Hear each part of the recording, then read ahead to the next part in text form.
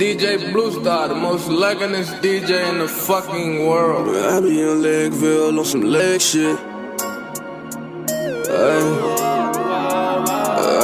Legging on R3, legging on R3. I do not want your bitch, I just want to take her to Lakeville on some leg shit. She hop on my stick like she Kermit. You cannot park on my dick with no permit. I be on Lakeville on some leg shit. I be on Lakeville on some leg shit. I do not want your bitch, I just want to take her to Lakeville on some leg shit. She hop on my stick like she Kermit. You cannot park on my dick with no permit. I be on Lakeville on some leg shit. TwinnyF, and I'm here with 3ohBack. Hey, lady. Yeah, y'all heard the man. So basically, bro, just tell us what's going on with you right now. You know what I'm saying? What's new? What you working with? Just working on this Legging on R4 album right now. Just performed down Miami last week. Doing shows everywhere. Running up a check, just working. So you're working on a project. Can you give us a little sneak peek of who you got on there that you're working with?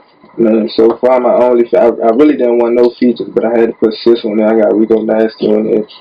That's it for real. I'll probably get Will Rapper or some of the gang on there. For the project, I like done for real, so I don't know what I'm gonna do. It might just be Rico. Oh, okay. Why just her? Any reasons?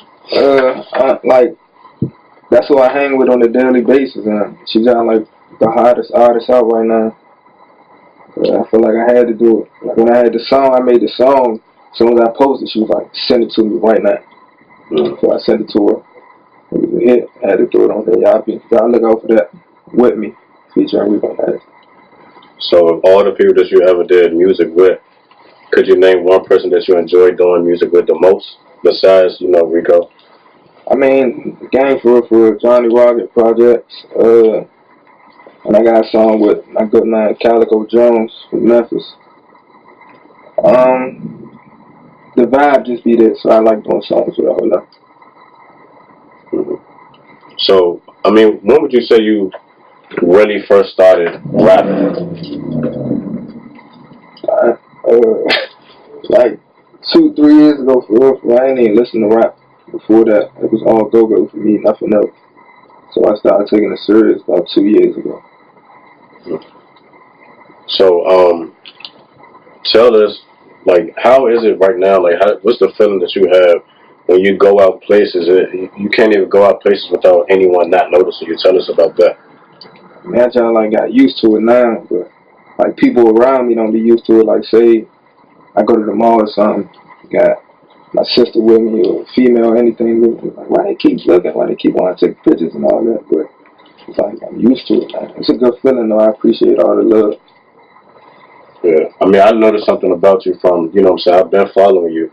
And one thing that I noticed about you is you don't portray yourself how you used to portray yourself. And what I mean by that, you don't have the image that you used to show before, with carrying pistols, really talking about too much.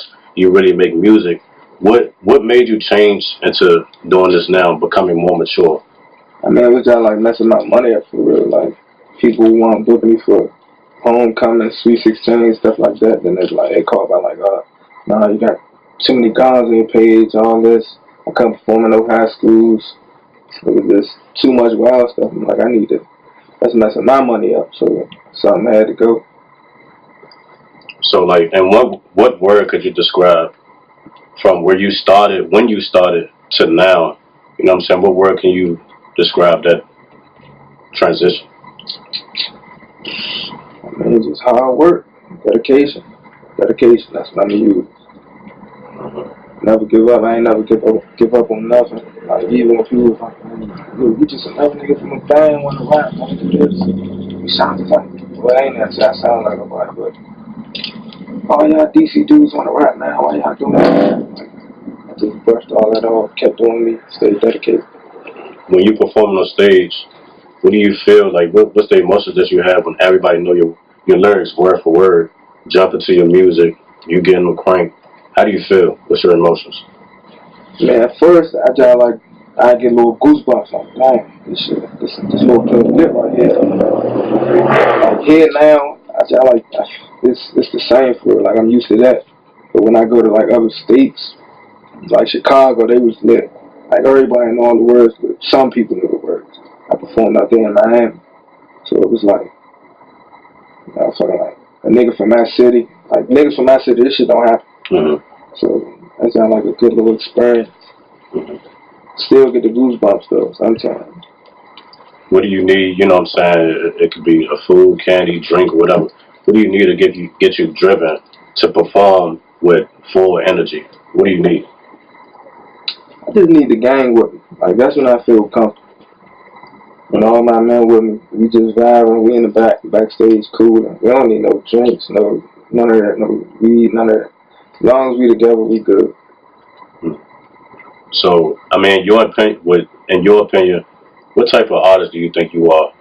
A lyricist, bar for bar? What type of artist do you think you are? I feel like I'm all of the above.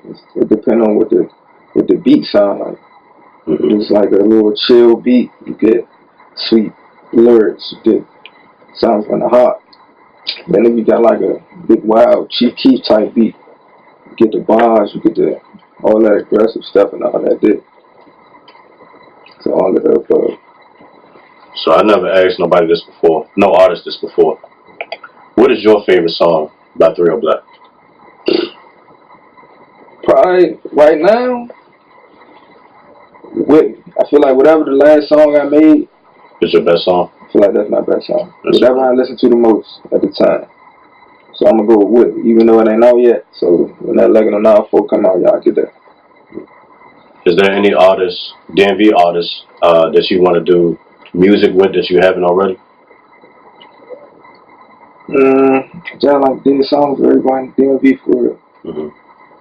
All I had is artists, me, Will, Tino, Bankroll, Marky, Flop, Free Flop. All I had is artists in the city. We got songs, so I can't really say yeah. What was your relationship with Flop? Me and Flop, we knew each other about 10 plus years. We went to Wise together. We used to terrorize that school. I was like little bro for real. Relationship stayed the same. Never snaked me out. Never snaked him out. We see each other. It is what it is. Like first, we ain't talk every day. None of that. I ain't got that type of relationship. That's little bro. I'm bro. I mean, people know what it is for real. How do you feel about the whole situation with him now? Shit.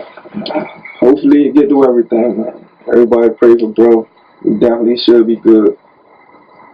It's like whenever anybody up for real, it's like all this shit got obstacles for real.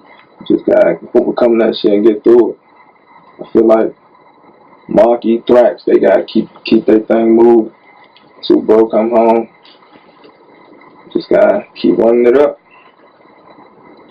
If there's anything you could tell your fans, you know, your supporters, people that look up to you, or even want to be an artist themselves, if there's any advice that you give them, what would you give them? Listen to the criticism. Good criticism, bad criticism, all of it. Just listen. Don't say nothing. Just shut up. Listen. Like that's what I did. I ain't talk back. Like older people, wise people telling me what to do. That's what you need to do. Listen to them. If you know they somewhere and you trying to get to where they at, just listen. Don't say nothing back. Go home and fix it. Do you feel like you are in your prime right now than you ever been locally? No, I don't feel like I'm in my prime right now. But I'm trying like this year was like a little chill year for me. I just sit, let everybody have a little bit of fun. But I was definitely working this year, making music, traveling all the time. That's definitely not my prime though. The best is yet to come. The best is yet to come. Okay, so tell us a little bit more about this Legend on Now 4. What is different about Legend on Now 4 than any other Legend on Now? All original beats. Like it really sound like an album. Like every song, I got my man Troy Train on there, produced like 4 junks. He made the leg shit beat for me and Flop. I mean, I got Zaytoven beat on there.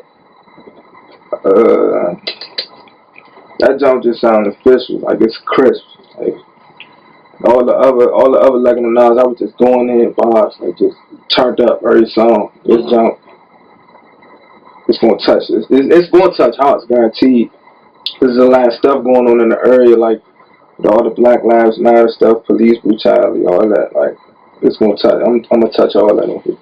So tell me how you feel about the Black Lives Matter movement. What do you feel about it? Man, I feel like all lives matter, but Black lives definitely do matter because we just like go through the most stuff. We go through way more stuff than anybody. Like we don't see feds out here shooting at white people. Like they just like getting us together. Like, I've been getting pressed out by the police, beat by police, like my whole life for real. Go-go's, clubs, all that. But it shouldn't take all this. It shouldn't take for Trayvon Martin and all that stuff like that. Him getting murdered, it shouldn't take stuff like that for the whole world to be like Black Lives Matter now. Like this been going on. DC, this been going on forever. But I'm definitely gonna touch on all that on here. If you see in the cover, you see Black Lives Matter, you see a casket on there. But in the middle, you see me performing with like a mic. It's like that's how I tune all that out. Like the music, my escape.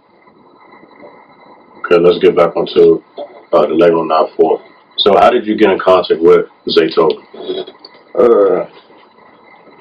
I got in contact with Zaytoven through another producer from here, King Leeboy. He set the beat over, and then Zaytoven producer. It was like, I feel like you'll crush this jump. And I definitely crushed. It was like a little chill beat in our head. It's called Hear Your Voice. That jump. It's gonna make it. Like I was in here, I swear to God, I shed a tear when I wrote the jump. Big wild sad shit. Like my sister called me, little color called me, crying, all that did. Are you talking about anybody specific in the song or any couple specific? people? I'm talking about a couple people that I lost in that song. I had to step off. I recorded the jump in here, stepped off. He told me step off. He ain't even want me like record the jump no more. It took me probably like 3 weeks to do my second verse. Who is he you're talking about? Troy Train. And that's your producer? Yeah, he produced that. I mean, he didn't produce that, but he recorded that jump. It took me like 3-4 weeks just to finish the song. Alright, so basically just go ahead and tell the people while we close out where they can find you on the social media, you know what I'm saying, the project that they can expect, the dates, all the above. Google, Instagram, Twitter, everything, 3ohBack, number 3ohBack. You can find the tape, iTunes, Spotify, Spinrilla, anywhere music at. That's YouTube, anywhere. That jump gonna be everywhere. Lego 94. Jump in January, late January, probably early February, depending on how I feel, yeah. But that jump definitely coming. Alright, so y'all heard the man. Look out for Lego 94. Late January, early February. It's TwinnyF and I'm here with 3ohBack. Appreciate it, bro. No problem. Hey, 20F. My nigga, 20F. 20F. About 20F. 20F. 20F. 20F. 20F. That's 20F, man. Boy, 20F. 20F, man. CWINNYF.